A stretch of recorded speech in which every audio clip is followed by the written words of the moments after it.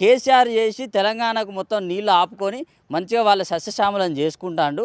మేము ఏదైతే ఉమ్మడి ఆంధ్రప్రదేశ్ చేసిన కుట్రను కేసీఆర్ బద్దలు కొట్టిండు. మళ్ళీ అది మేము యథావిధిగా చేసుకోవాలంటే మా ఏజెంట్ సీఎం అక్కడ రేవంత్ రెడ్డి ఉన్నాడు. ఆయనను పట్టుకొని ఒక్కొక్క బ్యారేజీ బ్లాస్ట్ చేసుకుంటూ వస్తారు, బాంబులు పెట్టి పేల్చుకుంటూ వస్తారు.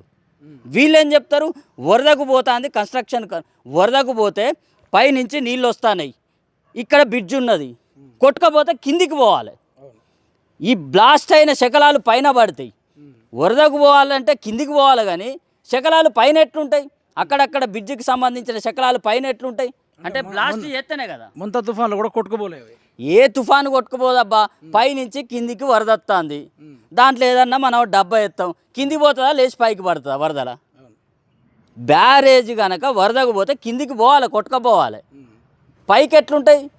ఎగువ ప్రాంతంలో శకలాలు, బ్రిడ్జి శకలాలు ఎట్లా పడతాయి? క్లియర్గా మేడిగడ్డ బ్లాస్ట్ చేసిల్లని చెప్పి ఎఫ్ఐఆర్ ఫైల్ అయింది.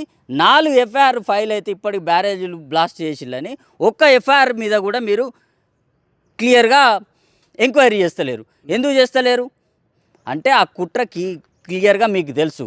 ఎన్నికల ముందు మేడిగడ్డ బ్లాస్ట్ చేసింది, ఈ మధ్య 2-3 బ్యారేజీలు బ్లాస్ట్ అయినా కూడా వాళ్ళ కుట్రపూరితంగా చేస్తారు. దీని వెనుక ఖచ్చితంగా చంద్రబాబు నాయుడు, రేవంత్ రెడ్డి హస్తం ఉన్నది. దీని మీద ఖచ్చితంగా కేంద్ర ప్రభుత్వం కూడా ఖచ్చితంగా దృష్టి సాధించాలి.